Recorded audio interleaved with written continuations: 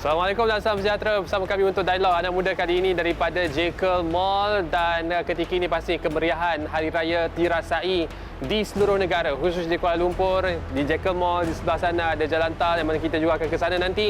Tapi perbincangan untuk dialog anak muda kali ini pasti berkenaan dengan poket, soal belanja, soal perbelanjaan raya, soal jerat raya, diskaun, ada macam-macam jenis produk yang kita nak beli, macam-macam wishlist untuk tahun ini, memandangkan perayaan jauh lebih meriah untuk kali ini. Dan untuk mengupas lebih lanjut berkenaan hal itu, saya ada dua orang tetamu akan membincangkan berkenaan dengan jerat raya ini. Bersama dengan saya Zulhimi Az-Zuhri, merupakan eksekutif daripada It's Me, dan juga Layu Yi, merupakan setiausaha isu semasa untuk KMUM, Kesatuan Mahasiswa daripada Universiti Malaya. Jom kita jalan, dan sambil-sambil kita jalan tu saya nak tanyakan soalan awal dahulu kepada Zul. Bila sebut tentang jerat raya ni, soal pembelanjaan, persoalan yang kita nak tanya ialah berkenaan dengan soal bila kita belanja, khususnya anak muda, dia macam-macam dia nak. Dia nak baju, dia nak samping, dia nak kuih, semua nak beli. Tapi untuk belia, macam mana seharusnya kita plan ya untuk pembelanjaan kali ini? Okay, so untuk pembelanjaan raya untuk anak muda especially. So macam kita tahulah, raya tu kan setahun sekali. So especially for the young people, orang muda. So untuk raya ni kadang dia akan spend more than it. Spend more daripada apa yang dia selama ni spend lah.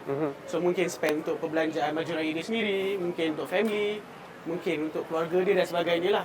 So of course perbelanjaan tu sangat penting, tapi dalam masa yang sama dia kena tengok sama ada dia punya bajet tu kena ataupun tak dengan dia punya. Zul punya bajet tahun ni macam mana? Ada bajet, ada beli untuk family juga ke?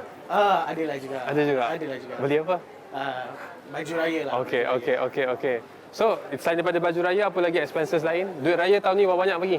1,500. Sebab saya pun fresh graduate baru bekerja. Okey. So, this is my first time yang mana kita bekerja and kita nak try bagi duit raya kepada kita punya siblings. So, kita akan cuba bagilah. Berapa singgit? Lebih lah. Lebih, okey. Oh, ini pemurah betul ni. Biasa orang kalau lepas grad, dia bagi RM1 dulu. Next year baru naik RM2. Ini ambil tips dari saya lah kalau nak jimat. RM1 RM1 dah banyak. Sekarang ni inflasi, masalah kos. Okey, Yuyi.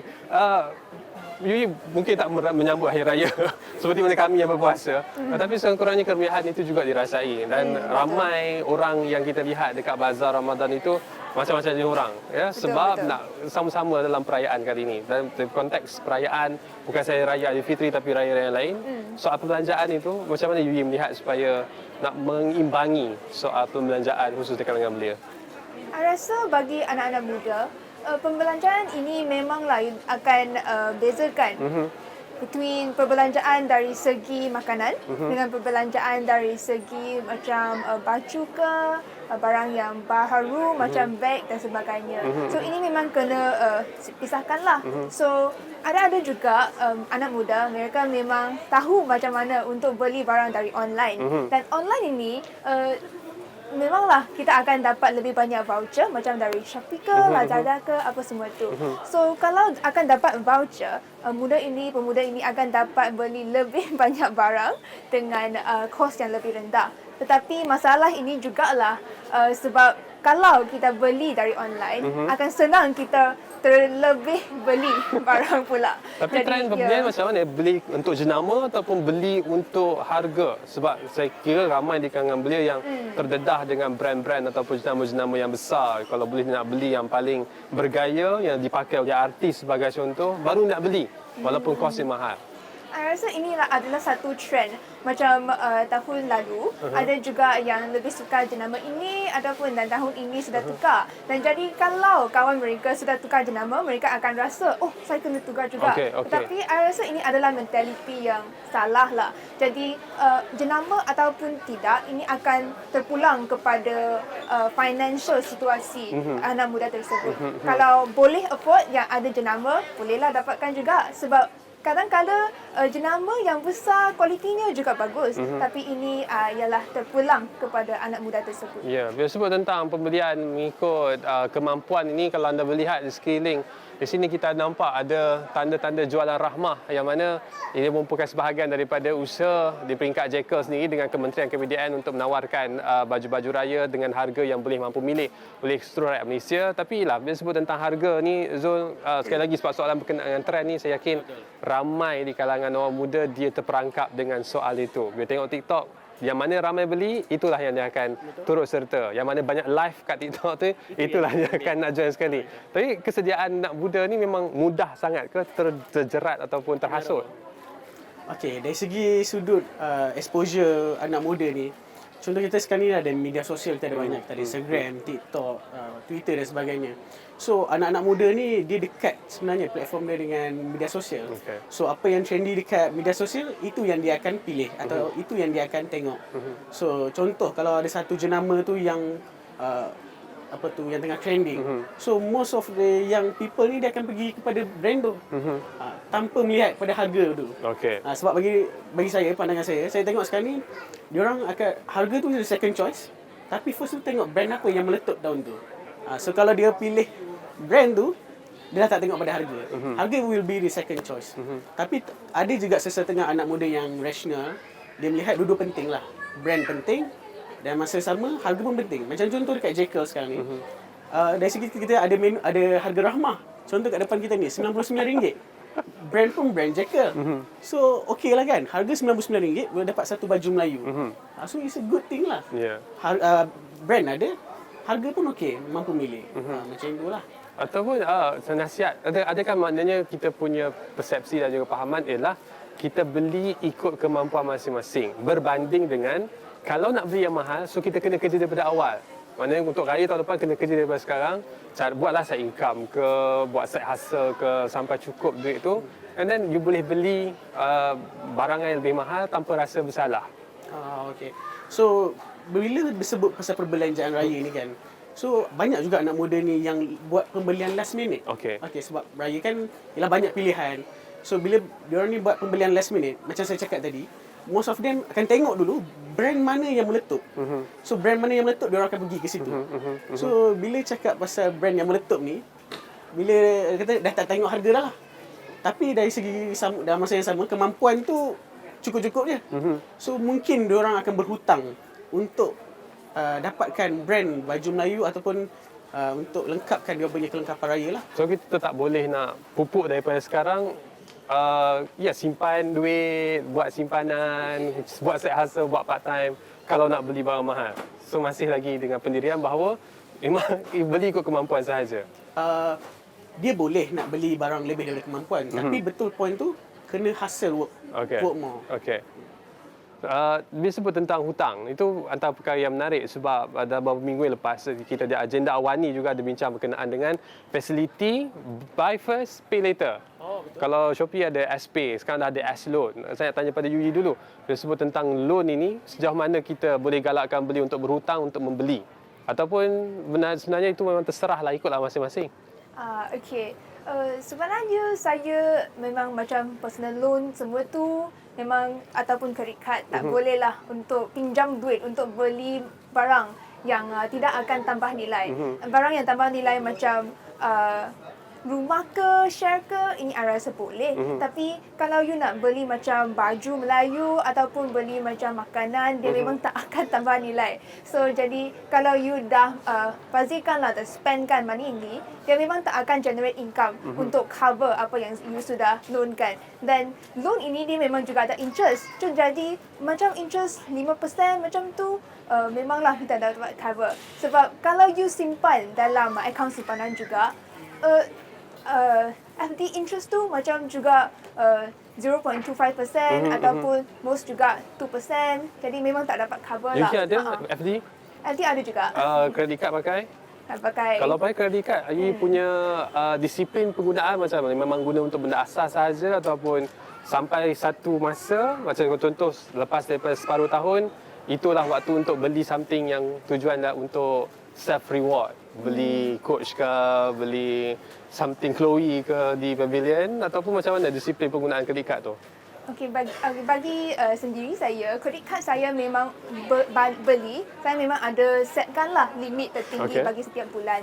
So barangan yang saya beli bagi hari raya ataupun tahun baru Cina dan macam perbezaan pembaziran lah. Macam makan dengan kawan-kawan semua tu, memang ada set satu had limit bagi setiap bulan. Dan bukannya had limit untuk credit card sahaja. Limit ini juga bagi pembiayaan keseluruhan macam poket duit semua tu ya sekali. So credit card limit ni bukanlah satu untuk kita gunakan, sebab kalau kita gunakan had limit ini, kita akan menggunakan duit yang bukan kepunyaan kita. Ya, we call this future money.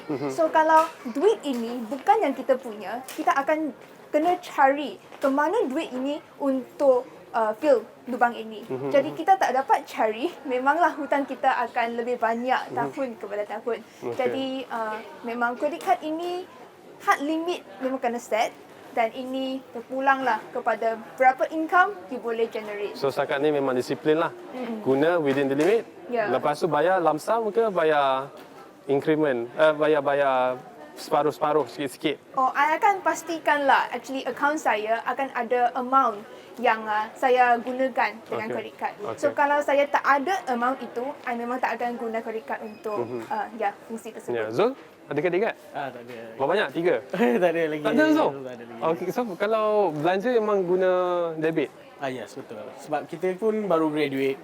So kita tak ada fixed income lagi yang untuk melayakkan kita untuk apply for credit card kan. So so far. So kalau lah diberikan satu credit card dengan limit RM50, annual fee, waive, dan ia boleh digunakan sebanyak RM5,000 kredit perbelanjaan untuk credit card tersebut. So macam mana Zul akan gunakan credit card tersebut? Okay, so it was a tough question sebab kita pun tak pernah rasa kan.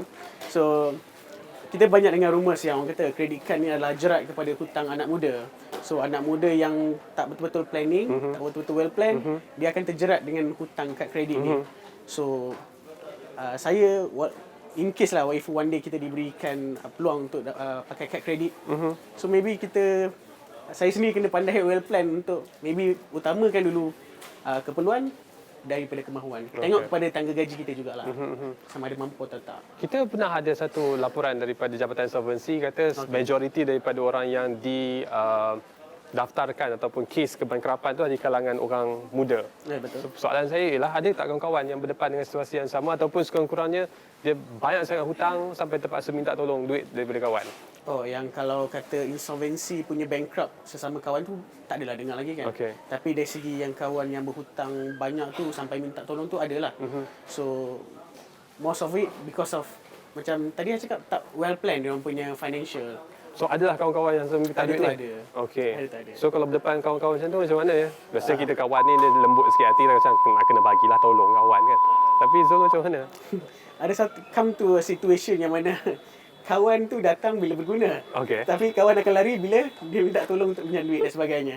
So semua orang berdepan realiti yang sama. Tapi kalau saya sebagai seorang yang nak berikan pinjaman, so kita akan tengoklah effort dia macam mana. Kalau dia berhutang tu disebabkan dia tengah running business ataupun dia tengah work on something yang akan datang value, saya akan bantulah. Tapi kalau dia semata-mata untuk bayar hutang disebabkan ketirisan dan boros diri dia sendiri, sorry lah. So soalan yang sama, Yuji. Pernah ada orang minta duit daripada Yuji, minta tolong, hutang banyak ni, nak kena bayar. Bagi I sebab kami masih student, so memang income kami juga tak berapa banyak lah. So kalau nak pinjam duit, you kena ada preparation. Orang tu mungkin tak akan pulangkan duit. So kalau tanpa duit tersebut, you boleh masih go over with your personal life, then I rasa okey sajalah. Kalau you okey dengan duit itu tak pulang kepada tangan you. Kalau you tak boleh terima pasal ini, lebih baik jangan pinjam duit kepada kawan. Tapi pernah berdepan dengan situasi tu, orang datang minta pinjam, tak berapa banyak lah. Seorang tahu memang Yuji minta duit memang tak bagi. Betul tak? Tapi selain daripada soal kedekut. Tapi kedekut itu soal lain kan. Bila semua tentang soal kedekut. Belanja kadang orang kata janganlah sampai langsung tak berkongsi dengan kawan-kawan. Menangan kita dalam keadaan yang lebih selesa berbanding orang lain yang mungkin kurang bernasib baik. Limit untuk tujuan berkongsi dengan kawan-kawan tu. Ada tak portion dalam belanjaan bulanan ataupun memang you, me, duit masing-masing? sebab duit ini kan memang perkara yang agak sensitif Yes, lah. yes, yes. So kalau kawan you memang kalau keluar bersama-sama nak makan, nak minum, I nak belanjakan, ini I rasa okey saja. Okey. I akan set satu limit. Tetapi kalau memang pinjam untuk function yang dia sendiri nak pakai untuk apa-apa sajalah, untuk hari raya ke, untuk ya apa-apa sahajalah. I rasa ini memang dia tak ada dalam bajet saya sendiri. Ya, dan dia sebut tentang belanja ni pun kadang-kadang bila nak cafe hopping lah, nak buka puasa ataupun nak jumpa gathering raya, tempat yang dipilih tu kadang-kadang tempat yang high end. Dia tak boleh gerai tepi jalan. Dia paling kurang nak kena Bukit Bintang. Dia paling kurang kena kafe-kafe, Starbucks dan sebagainya. So kalau Zul berdepan dengan situasi itu, apakah nasihat yang paling sesuai? Memang pergi ke tempat viral, pergi ke tempat yang high end, dah setahun sekali bukannya sehari. So saya baru je berdepan realiti ni. Oh, Sebab time pula datang gaji. Okey. Gaji baru datang and then time cuti pula. So kawan-kawan, jomlah kita pergi makan steamboat dan so on. Kalau tak kita hari-hari makan menu rahmah je. Kan, buka puasa. So bagi saya tak salah kalau kita nak pergi ke tempat-tempat yang mewah ataupun yang kita berbaloi lah untuk pergi makan, sebab macam saudara cakap tadi, raya tu buka puasa ni setahun sekali je, and orang kata itu adalah salah satu momen yang menarik lah, paling manis. So kalau saya, kita boleh pergi tapi ada had dia, limit dia. Kalau contoh macam kami yang dah golongan yang bekerja ni, kalau nak keluar dengan kawan ni mungkin ke tempat-tempat tu mungkin seminggu sekali ke, ataupun tengok kepada keadaan macam mana lah. Seminggu sekali? Itu saya rasa yang pada Maksimum saya seminggu sekali. Pilih tempat macam mana? Karaoke ke? Mamak ke? Oh, karaoke mana ada kan bulan puasa kan. So mamak pun macam tak worth it lah kalau kita ni. So mostly mungkin akan pergi ke kafe ataupun buffet hotel dan sebagainya. Macam tu lah. Buffet hotel. Maksimum berapa boleh spend? Oh, macam kami dekat utara ada package tu below than 100 ada. Oh, I see. Okay. Di utara. Itu di utara. Ya. Yuji, macam mana kalau keluar dengan kawan-kawan, ada set limit untuk spend? Saya rasa ini akan terpulang kepada kemampuan diri individu itu sendiri dengan kawan-kawan mereka. So kalau budget you memang orang yang beza akan ada budget yang beza. So kalau you boleh saja spend RM20, you pergilah kedai yang boleh spend RM20. Jangan pergi sampai ke buffet yang kena spend RM100. Tapi ni dah bekerja. Ni dah bekerja. Ya. Tapi kalau student pun kadang-kadang dia punya appetite itu luar biasa. Dia tak nak tempat-tempat yang biasa-biasa, dia nak tempat yang luar biasa. So kawan-kawan di UM macam mana? Adakah memang berbelanja tanpa memikirkan tentang implikasi kewangan ataupun masih lagi boleh rasional pilih tempat-tempat yang I mampu? rasa kebanyakan masih rasional lah. Macam I dengan kawan-kawan saya, kita memang ada satu had limit. So setiap bulan kita boleh makan T20 satu kali saja. Okey. Ya, macam Setiap bulan itulah. T20 sekali sahaja. Ya. Okey. Ya, yang T20 itu ya dalam kurungan. Okey, itu soal makan dan dia sebut tentang student juga. Kalau kita pergi ke media sosial, dia akan ada banyak masa-masa ataupun tempat-tempat yang dia menggunakan itu sebagai alasan untuk self reward. Habis presentation, coffee. Betul. Lepas exam, coffee lagi. Habis study, walaupun sejam je studinya, ada lagi self reward. So belanja itu macam mana ya? Ini memang you kena set satu budget lah. Memang kalau you nak hari-hari celebrate, I rasa tak ada masalah juga. Tapi kalau you nak hari-hari celebrate, mungkin tak boleh satu bulan sekali T20 lah. Kena 6 bulan satu kali T20 macam tu. Tak boleh seminggu sekali lah. Tak boleh seminggu sekali. Ya. Tapi kalau orang bekerja, macam mana realitinya? Khususnya untuk graduan, sebab beza dengan mereka yang dah ada pengalaman 2-3 tahun bekerja. Untuk orang yang baru bekerja, dia ada cita-cita, dia ada financial vision dia. Tapi dalam masa yang sama, dia perlu juga berbelanja untuk pastikan dia boleh terus bekerja dengan semangat. So kalau dengan Zul, perancangan tu macam mana untuk pastikan boleh berbelanja tapi tidaklah sampai terlalu under cost? Oh, okey. So untuk kami graduan yang orang kata baru saja menamatkan pengajian, so of course first thing yang kita cari adalah kerjaan mana yang boleh menawarkan gaji yang lumayan. Okey. Tapi macam kita tahulah, bila graduan muda ni pengalaman pun kerja pun tak banyak lagi. So in terms of demand gaji kita pun tak boleh nak demand sangat. So kita just kerja mengikut apa peluang kerja yang ada dulu. Okey. So of course lah, datangan bila opportunity macam tu, gaji kita pun berapa sangat lah. So when it comes to perbelanjaan, macam saya sendiri, kita akan melihat kepada kalau boleh cut dekat bahagian yang tak perlu, utamakan kat bahagian yang perlu. Contoh macam kita graduan, kena fikir tentang makanan, transportation, duit, minyak, and then dari segi sewa rumah. So benda-benda ni lebih mendesak lah. Dengan gaji, contoh gaji minimum RM1,500. Kita sebagai seorang graduan pun mengalami nasib yang sama. Gaji pun tak dapat gaji yang tinggi, RM1,500 permulaan. So RM1,500 untuk transportation, ya, sewa rumah dengan makanan, baki yang tinggal pun berapa je lah sangat. Mungkin 300-400 je lah. So daripada gaji yang dapat sekarang ini, majoritinya dibelanjakan untuk Mostly kepada makanan dan juga sewa rumah. Kita punya ni lah, transportation lah. okey. So untuk entertainment, kalau ada baki baru spend Ya, ataupun betul. Kalau I see. saya macam itulah. Okey. Ataupun memang cari entertainment yang bersifat percuma. Entertainment percuma tu ialah kita, of course lah, kita Jalan-jalan. Orang Utara ada Pantai Merdeka. betul. Tapi nak ke Pantai Merdeka pun perlukan kos juga. Okey, alamak. betul Itu kan? kita tonton dengan orang lain. Okey. Okey. Ya, Yuyi, sebelum kita berakhir, nak tanyakan juga berkenaan dengan kehadapan ini. Macam mana kita pastikan bahawa isu berkenaan dengan keberhutangan di kalangan belia, mahasiswa, perbelanjaan lebih berhemah, apa yang seharusnya mereka lakukan supaya mereka lebih waspada sejak daripada awal, bukan dah terjatuh baru tengadah.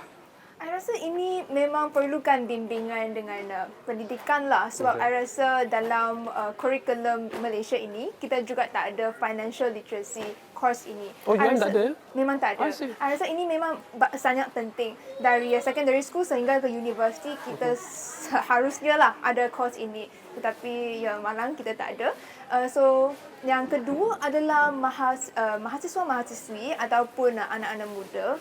Sekarang setiap orang pun ada telefon bimbit, ada internet. Bolehlah pergi internet dan gunakanlah dia untuk barang yang manfaatkan diri. Belajar macam mana untuk menguruskan kewangan, belajar macam mana untuk invest dalam barang yang boleh tambah nilai. Yang bukan sahaja gunakan dalam barang keperluan seharian. Ya. Letak lawang anda dalam fixed deposit. Sekurang-kurangnya sesuai dengan kadar inflasi. Last kali, so silakan macam mana dari sudut mereka yang graduan baru dapat bekerja untuk pastikan bahawa isu yang sama supaya kadar kehutangan boleh diatasi. Okey, sama macam Yui juga, saya pun berpendapat yang pendidikan literasi kewangan ni sangat penting. So sebagai seorang graduan, kita dah melalui zaman susah, zaman student makan kadang nasi bujang je kan kata. So sekarang ni kita dah ada gaji. Time tu dulu kita tak ada gaji. So sekarang ni kita dah ada gaji. So mungkin kita dah mungkin lebih mampu sikit daripada kehidupan kita waktu jadi mahasiswa. Tapi at the end of it, sebagai anak muda, kalau kita nak berbelanja lebih, perlu ada simpanan lebih, perlu bekerja keras dan perlu bekerja lebih. Sebagai contoh sekarang ni mungkin contohlah anak muda sekarang ni bekerja sebagai seorang eksekutif dan sebagainya.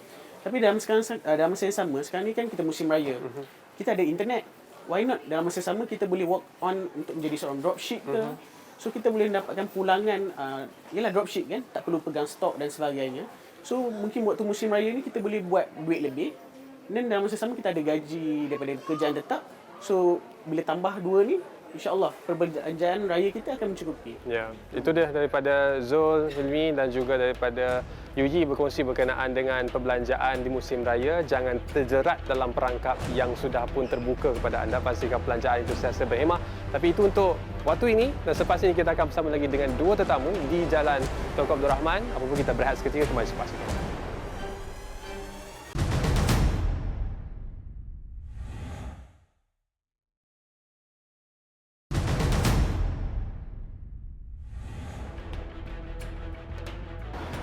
Baik, bertemu kembali untuk dialog anak muda masih lagi berkenaan dengan jerat Hari Raya. Jangan biar poket anda kosong, dan kita berada di jerat yang besar di tengah-tengah Kuala Lumpur, iaitu di Bazar Aidilfitri Lorong Tar, iaitu Tuanku Abdul Rahman, dan kita bersama-sama dengan dua orang lagi tetamu untuk bincangkan berkenaan dengan pembelanjaan. Tadi bersama dengan graduan dan juga bersama dengan mahasiswa Hari ini bersama dengan aktivis Nadila Yusof dan juga Pashminda, merupakan alumni fellow perdana dan juga merupakan wakil daripada MIYC. Nak mulakan dahulu dengan Nadila memandangkan ini merupakan tempat Nadila, ya, tempat shopping dan kita nak tanyakan dulu berkenaan dengan soal perbelanjaan, macam mana nak pastikan perbelanjaan waktu Hari Raya ni betul-betul bermanfaat dan bukannya satu pembaziran yang besar.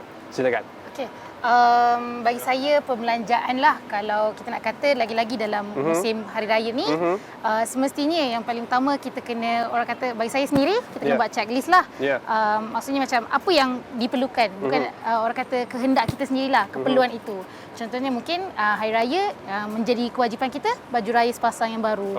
Mungkin dengan harga yang berpatutan, kita orang kata ukur baju di badan sendirilah. Kita tahu berapa limit yang kita ada lah untuk perbelanjaan-perbelanjaan itu. So kita dah siap-siap tulis dalam list macam mana yang kita nak, berapa harga yang kita nak, within our budget ke tidak. Saya meragui kenyataan itu. Satu selai sepasang saja baju raya, betul? Sebab bagi saya lah, sebagai seorang pelajar itu sendiri dan juga sebagai seorang orang kata dalam keadaan ekonomi yang sekarang ni, pembelanjaan kena perlu lebih berhati-hati sebab kita boleh tahu macam mana keadaan ekonomi kita. Cuma kita boleh lihat juga sekarang ni dari segi pasaran, harga baju pun berkemungkinan sedikit naik berbanding tahun-tahun lepas. So jadi dekat situ, faktor-faktor itu juga kita perlu tanya dirilah sama ada itu adakah keperluan untuk ada baju raya lebih daripada satu pasang ataupun itu kehendak. So tapi untuk wanita banding dengan baju Melayu lelaki, dia mudah. Sebab cukup sepasang untuk Hari Raya pertama. Tapi untuk wanita ni, hari pertama lain, kedua lain, ketiga lain. Dia semua nak kena tema raya, semua nak baju lain, warna yang ikut tema tahun tersebut. So untuk wanita secara khusus, macam mana nak merancang perbelanjaan tersebut? Macam saya, kita sebab wanita ni biasanya dah normal ada baju kurung sendiri, baju jubah yang sedia kala ada. Mungkin ada yang pakai ketika raya saja.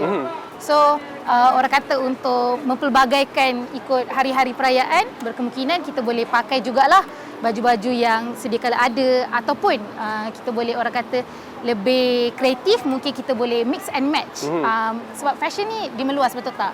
So dengan keadaan ekonomi sekarang, semestinya lah saya menggalakkan khususnya para wanita, kita pun dalam keadaan ekonomi sebegini, kita cuba pelbagaikan cara pemakaian kita tu dengan apa yang kita ada sahaja. Pesh, adakah sama-sama bersetuju dengan kenyataan Nadila? Sebab dia kata kita kena ikut perbelanjaan mengikut keadaan ekonomi. Fashion itu kena memilih. Tapi bezalah kita lelaki ni. Kita baju batik macam ni boleh pakai 5-6 tahun. Betul. So perbelanjaan tu macam mana untuk belia? Bagi saya, I suka untuk pakai satu baju, beli satu baju dan pakai je. So kalau you pergi tengok at my social media profile, you will look at banyak kali I pakai baju ni. Sebab apa? Maybe I don't know about other guys atau pasal lelaki lain, tapi bagi saya, I prefer comfortability compared to appearance. So whenever I buy something, I ensure that benda ni long term and boleh pakai berkali-kali. So baju ni pun beli murah. So I memang fikirlah, sebab kita belia, nak belanja kena tengok poket lah, pijak pada bumi yang reality. So I buy ikut kemampuan, yes. Tapi pembelian tu buat musim perayaan ataupun musim promosi ataupun ikut macam dah lusuh dah ni, kita cari baru lah. In that case, I always like to go for buy one free one punya ni. Kita pergi kedai-kedai yang ada buy one free one. So not buy 3 for 50. Adalah sebuah outlet yang ada that type of concept. I think that is very good lah for beli-beli macam kita kalau nak menjimat, and kita at least ada berbelanja lebih kan, 50 for 3. I think that is very nice. So I usually do that bermusim. So mungkin macam Abang cakap, yes, musim perayaan tu mungkin satu musim yang selalu I akan buat benda tu lah. Baik, itu soal baju. Mungkin mudah untuk cari benda-benda yang murah, promosi yang baik. Tapi kalau nak beli gadget sebagai contoh, tapi bila beli tu, dia akan beli mengikut trend. Mereka akan beli yang terkini, dan sampai satu tahap mereka akan terpaksa berhutang, mahu berhutang semata-mata untuk mengikut trend. So dalam berhadapan dengan situasi itu, Pesh punya pandangan macam mana? Alright, yes, beli gadget ni merupakan sebuah, mungkin pada zaman sekarang, era sekarang merupakan sebuah keperluan. I was a heavy Android user. Memang saya guna tekan Android once upon a time. Tapi bila guna Android ni, ada sampai satu tempoh, you kena tukar phone dah. Sebab dia punya kamera tu, tak tahu nak cakap lah kualiti dia kan. So it's different to Apple. So bagi saya sendiri, I memang baru je bertukar ke Apple, Okey. berhijrah, Okey. dan saya mengambil plan Maxis. Okey, memang I calculated ada berlaku nak kata pembaziran, tapi for me, I tak boleh nak keluarkan 7,000, 8,000 untuk beli. I myself ambil ansuran, tetapi saya tahu saya akan mungkin I calculated the profit loss. Maybe I will loss dalam 1,500 macam tu. Tapi saya rasa itu tak apa bagi saya kerana sebab saya tak dapat sediakan duit yang 7K terus So myself tak apa, I boleh bayar bulan-bulan, I can commit to that. It's something that relevant, tak heavy bagi saya. So I proceed with it lah. Okay, let's explore that more. Walaupun persahabatan kita mungkin terjejas atas pertemuan Samsung dan juga Apple, Android dan juga Apple. Tapi bila bersebut tentang soal kita punya credit stress, how much can we bear credit ataupun hutang yang kita boleh tanggung, dan macam nak buat keputusan itu, macam mana Patch buat keputusan itu, sebab ada ramai orang yang buat keputusan yang sama, kata kita ada credit card, kita boleh spend 5,000 limit, tapi dia akan spend sampai habis dan dia akan bayar lambat atas sehingga menyebabkan masalah kewangan. So Patch ni buat keputusan berkenaan credit stress macam mana? Okay, bagi I always implement 50, 30, 20. 50, 30, 20. This one I learn daripada TikTok lah. Okay. So I rasa that is very approachable and very realistic. So saya tahu saya ada pendapatan sebulan, so 50% tu memang saya dah agihkan untuk komitmen-komitmen macam phone bill, bayaran untuk gadget, bayaran untuk mungkin keperluan harian, makan, minyak, tol and so on. So in that I try to make it within 50%. So 30% pula I akan banyak gunakan untuk saving. Saya simpan untuk saving. Okay. Another 20% I keep it for investing. So but investing tu ada banyak sangat opportunities, cuma nak atau tak nak je. You go for high risk or low risk punya investment?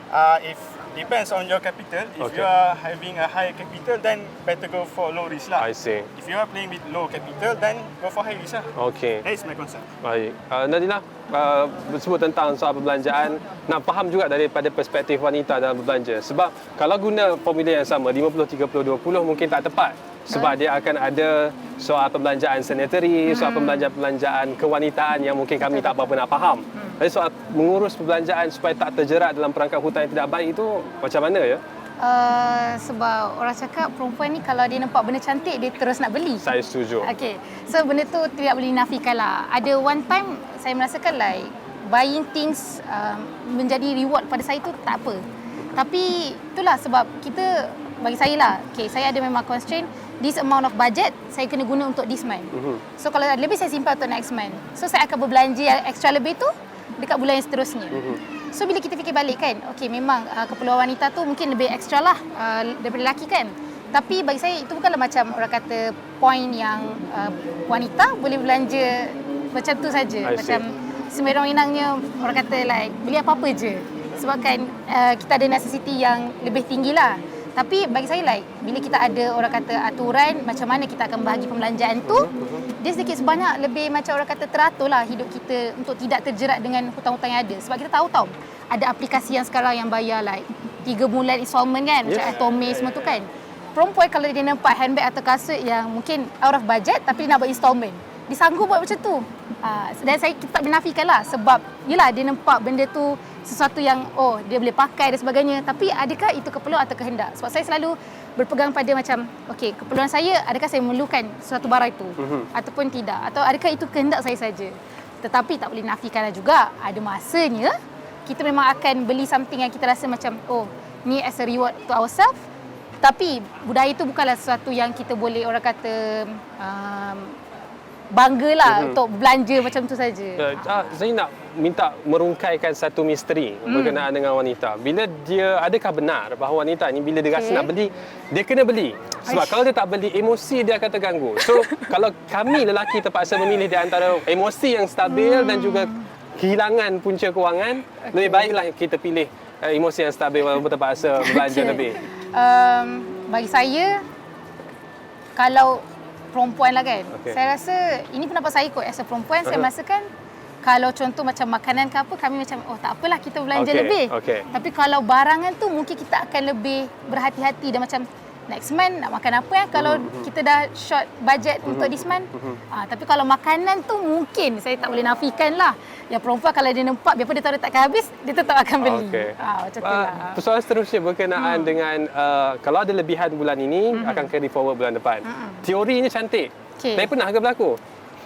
Setakat ni Alhamdulillah adalah berlaku. Tapi ada juga masa yang macam tiba-tiba saya rasa macam oh kasut ni ada sale lah, kena belilah. Tak boleh nafi benda tu. Memang ada juga. Tapi simpan sedikit, I mean like sekarang ni bagi saya lah golongan belia macam saya pun mungkin ada setengah daripada kita tak ada simpanan sendiri tau. Betul. Macam saya sendirilah, saya memang buat every month akan masuk ASNB, deduct every month dalam pembelanjaan sebab saya tahu kalau saya sendiri nak menabung macam tu susah. So macam dah every month buat auto deduct, so tahu kita ada simpanan sikit. So dari situ kot macam saya sendiri, okay kalau dah deduct ni tinggal apa je lagi untuk spend yang lebih. Mungkin kita akan kurangkan sikit lah daripada pembelanjaan-pembelanjaan lain. Mungkin patutnya keluar seminggu 3 kali, kita keluar seminggu 2 kali je ke sebab kita nak simpan untuk benda-benda yang emergency dan sebagainya. Tadi Dila sebut berkenaan dengan self-reward. Do you believe in such concept that you can spend a bit more than usual just so that you can make yourself happy? Okay, to me, my self-reward is usually having Starbucks or having just expensive dessert. Okay. That is my way of how I reward myself. So kadang-kadang bulan tu adalah lebih sikit kan. Ada kala kita terguna pakai, tapi like most of the time memang tak apalah hari ni I feel I deserve a reward kan.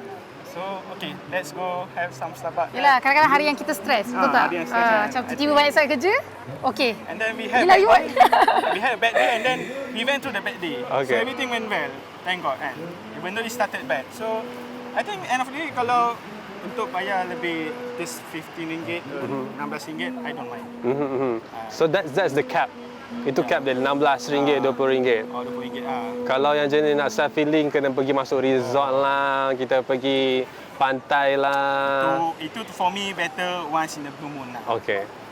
Itu has for me it again kalau you berpendapatan besar you nak pergi hari-hari tak apalah kan.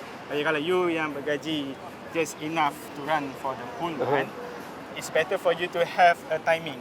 At least kalau you boleh set 8 months punya gap and you can kumpul duit. Like me and my friends, kita semua mahal. So kita dah set, okay, next year we are going to this place. Next year we are doing this place. So how much are we going to save monthly? So we already have the calculation. So masuk every month we do that.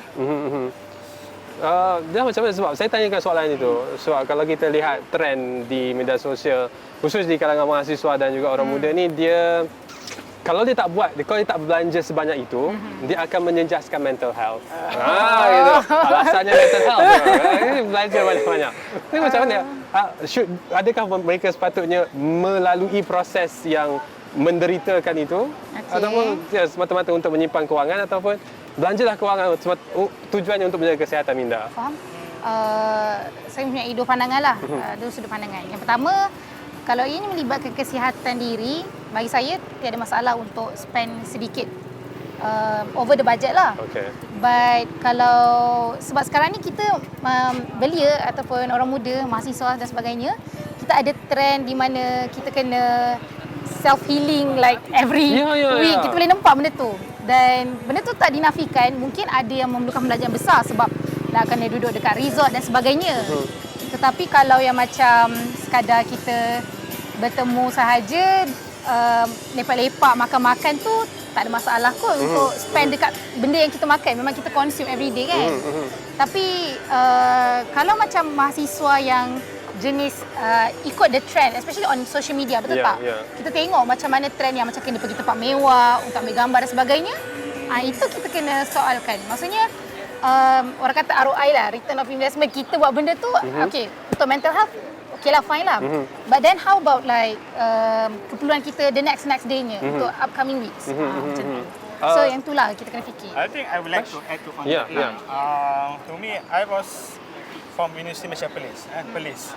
Perlis ni memang beza lah dengan Kuala Lumpur. Walaupun saya anak jati Kuala Lumpur, tapi I belajar di Perlis. Mungkin sebuah anugerah lah bagi saya untuk belajar di Perlis kerana keindahan alam semula jadi di sana is very different compared to kat Kuala Lumpur. For you have to find. Dekat sana, you tak perlu nak cari. So, in terms macam soalan abang tadi kan, kalau you nak sanggup berbelanja, kita orang kalau pergi, let's say mandi air terjun, what is the payment we need? We don't need any payment.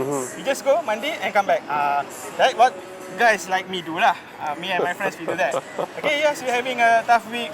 FYP tak settle lagi, thesis tak settle lagi kan. So, okay, why don't we cool ourselves? So, let's head up to Gua Kelam ke, Bukit Air. I mean, that's the spots yang kita selalu pergi lah. And that is how I feel one of the way. Kalau kita nak self-healing and nak release mental stress, you can just go for nature healing. I think that helped me a lot. Bash, seterusnya, Bash ada kongsikan bahawa ketika ini ada cita-cita untuk mulakan perniagaan. So bila nak mulakan perniagaan itu pasti soal perbelanjaan, modal itu datang daripada poket sendiri kan, sebelum kita dapat daripada orang lain ataupun pelabur-pelabur ataupun daripada mereka nak menyumbang dan bantu idea tersebut. Jadi untuk mereka yang khususnya belia, anak muda yang memilih untuk masuk dalam dunia perniagaan sama ada secara SME ataupun startup dan sebagainya, untuk permulaan itu adakah wajar untuk mereka mengorbankan rasa seronok pergi mandi air terjun dan sebagainya semata-mata untuk menjimatkan duit poket mereka? This actually, I selalu bila I mula mengambil, because saya merupakan graduan kejuruteraan. So obviously orang akan ingat, oh habis belajar pergi kerja kilang. Tapi I ni tak boleh. So I see a lot of potentials. And I have many friends, thank God lah. All my friends are very helpful. So I went to this one of my friend. He said, if you want to do business, buat satu benda je. Kalau you boleh pergi ke pejabat SSL, register, and the next day, just go to bank and register your bank account, and you run slow. It depends. It does not have to be, oh saya ni sebab I want to achieve 1 million in this year kan. Tapi adakah relevan tak relevan? Kalau you jual benda yang, I mean, you're looking in business like franchise punya business or what, can you before we starting business, you kena have a ROI. You should know what is your capacity, how is your expertise. Adakah you punya sumber-sumber daripada segi kewangan, daripada segi logistik, daripada segi human resource ni, adakah benda-benda ni semua makan kos yang besar ke tak? So if makan kos besar, my advice is better hold dululah. What is it kan? Bila one day you ever achieve everything and you go anywhere, then that's where people will say hard work paid success lah. Ya. Dan saya nak tanya soalan yang sama bagi mereka yang mulakan perniagaan. Tapi masyarakat kita ni bila sampai perayaan dia akan satu trend. Dia akan macam ngehasrat untuk memulakan perniagaan. Maka dibelanjakan kos yang besar. Katalah kuih yang sangat banyak. Tapi akhirnya tidak siapa yang membeli. Maka mohon kepada orang ramai, bantulah perniagaan. Trend seperti itu. Macam mana ia sihat? Kalau pandangan saya lah, contoh macam kita ambil contoh yang samalah, kuih kan, perniagaan kuih. Sebab kita kena tahu target, orang kata target audience kita lah, kita nak jual ni dekat siapa. So like before buat any perniagaan, kita mesti ada like orang kata kita dah research. Betul. Macam mana kita nak jual, apa yang membezakan kita dengan perniagaan lain, dan macam mana target audience kita lah yang saya sebutkan tadi. So dekat sini kita boleh lihat kalau kita punya orang kata pembeli yang kita dah target tu, kita dah tahu, jenis orang yang macam ni suka kuih yang macam A, jenis orang B suka kuih macam B. So dekat sini kita boleh lihat yang bahawa peniaga itu sendiri kena atur strategik sendiri, dan kita boleh lihat juga kalau diorang macam ambil volume yang besar, macam mana ROI yang diorang akan dapat. Diorang confirm diorang boleh sustain the business tu dalam within berapa lama? Adakah short term or long term?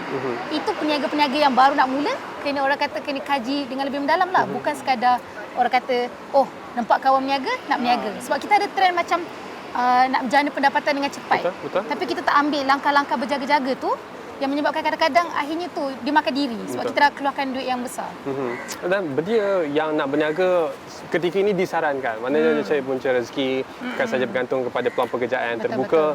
Tetapi sekali lagi soal perkara yang sama, untuk pastikan apa yang kita boleh bagi tahu kepada belia kita, masuk dalam perniagaan itu tujuanlah untuk the long run, bukan semata-mata tengok kek memasak seronok dan kita jual memasak. Tapi dapat perfume ni popular, kita pun join juga perfume kali ini. Tapi dia tak ada memikirkan soal kerjaya dia lebih panjang. Faham? Okey, bagi saya lah, niaga ni bagi saya dia bermula dengan minat, dengan orang kata passion lah. What we want to have, like passion tu betul-betul ke kita nak berniaga. So setengah orang dia merasakan like dia nak berniaga tu sekadar untuk berniaga je, tapi dia tak tahu yang strategi perniagaan dan sebagainya. So nasihat saya lah kepada golongan belia yang nak memulakan perniagaan, first research tu sangat penting. So kita nak tahu macam mana perniagaan kita tu akan berjalan dan macam mana kita nak sustain the business itself. And second, mesti ada orang kata pakar yang boleh menasihati lah. I mean like sekarang ni kita boleh lihat banyak agensi kerajaan dan sebagainya yang memang menawarkan orang kata geran-geran kecil untuk peniaga kecil kan, startup dan sebagainya kan. Kita boleh lihat macam HRDF pun ada bagi geran-geran. So dekat situ pun diorang boleh memanfaatkan instead of keluar duit diorang sahaja. So rebut peluang tu orang kata di mana-mana saja, tapi niaga tu sendiri nak belajar ke tak bergantung pada individu lah. Kita tanya fellow perdana daripada kementerian. Banyak ke bantuan itu terbuka untuk belia sebenarnya? Actually, ya banyak. Okay, kalau kita lihat, I baru minggu lepas mengunjungi Kementerian Keusahawanan, Medan. So, dapat berjumpa dengan Timbalan Menteri. I don't know whether you guys heard InScan. InScan, Institut Keusahawanan Negara. Yeah, so institut tu sendiri memberikan banyak manfaat. You nak ajar tunjuk ajar kan, diorang boleh guide. You nak course, diorang boleh guide. You nak grant, you can apply. So that is one thing. Kalau tambah lagi, kita sekarang ada Meranti. Kalau let's say kita nak teki-teki sikit kan, ala-ala Elon Musk. So you can approach Meranti. Meranti, they have also startup accelerator, and they also provide course and also few, I mean like certifications lah you boleh ambil untuk go, you know, being more further. So I think that's two for I can think right now lah. Tapi actually kalau kita sit down and think wisely, we can see what is it available lah. Like if you ask me, government is doing a good job lah for now. Okey, untuk kita simpulkan perbincangan kita di tengah-tengah jalan ramai orang yang mula untuk mendapatkan barangan hari raya mereka. Sebab kita bincang daripada spektrum yang luas, daripada soal perbelanjaan personal, kemudian perniagaan, soal perusahaan dan sebagainya, soal hutang juga kita bincangkan. Jadi, personally, saya untuk merangkumkan perbincangan kita kali ini, macam mana nak pastikan atau pesanan kepada belia bahawa mereka ini boleh berbelanja tapi jangan terjerat dengan promosi dan perayaan. I mean, personally, bagi I have a very good self-conscious lah. Saya faham kadang-kadang harga itu, I mean promosi-promosi ni kadang-kadang lakukanlah matematik. Bawa buku nota macam saya ni, lepas tu buat calculation. Calculate dengan calculator. Okey ke tak kalau I berbelanja ni? Kalau I berbelanja lebih ni, bulan depan I boleh sustain ke tak? So it's very important lah. Dia memang kita ada banyak promosi, tapi again, kesedaran perbelanjaan tu, how you take out to spend your money, the self-conscious in you is very important. Baik. If you don't have money, then tak apalah, go lah lo. Tak apa, recycle baju raya macam I nak recycle baju raya je. Itu dia sensitif untuk wanita. Lah kita orang. Tadi bukan masuk kedai kan?